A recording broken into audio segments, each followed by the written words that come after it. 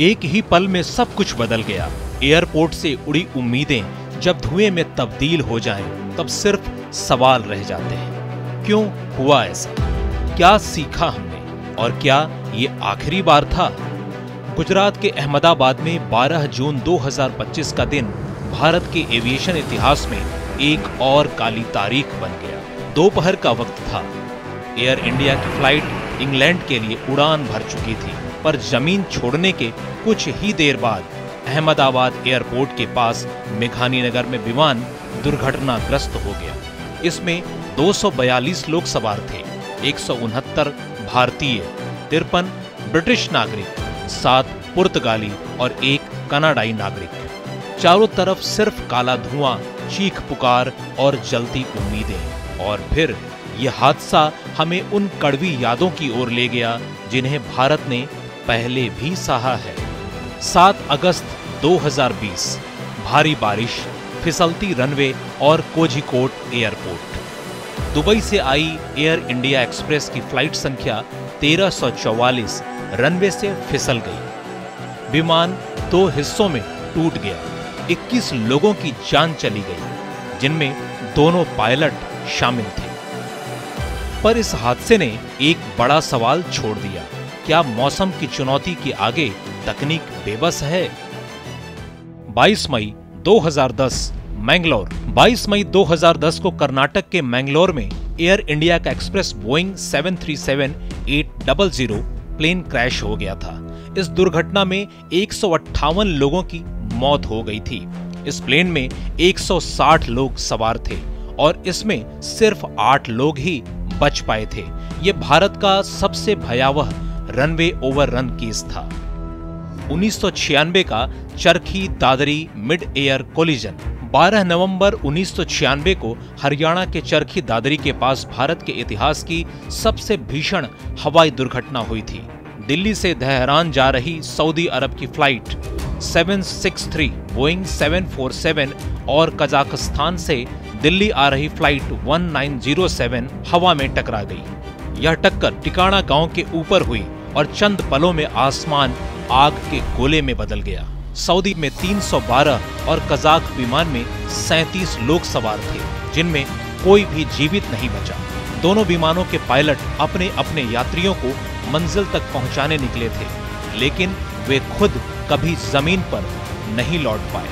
यह हादसा तकनीकी गलतियों और आपसी संवाद की चूक का नतीजा था। 349 लोगों की मौत के साथ यह दुनिया की सबसे घातक मिड एयर दुर्घटनाओं में से एक बन गई। यह हादसा आज भी कई दिलों में जख्म की तरह जिंदा है। यह हादसा आज भी दुनिया की सबसे बड़ी मिड एयर ट्रेजेडीज में से एक माना जाता है। 1990 बेंगलोर एयरपोर्ट क्रैश। 14 फरवरी 1990 को इंडियन एयरलाइंस की विमान संख्या 605 बेंगलोर एयरपोर्ट पर क्रैश हो गई।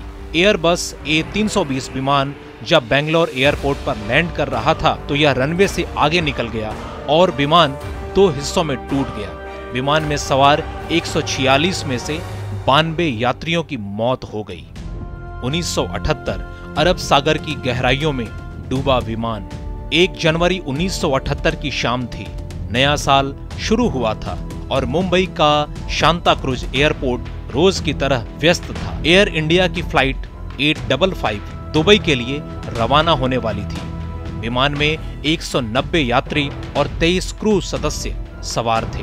कुछ व्यवसायी, कुछ प्रवासी कामगार और कुछ ऐसे लोग जो परिवार से मिलने जा रहे थे।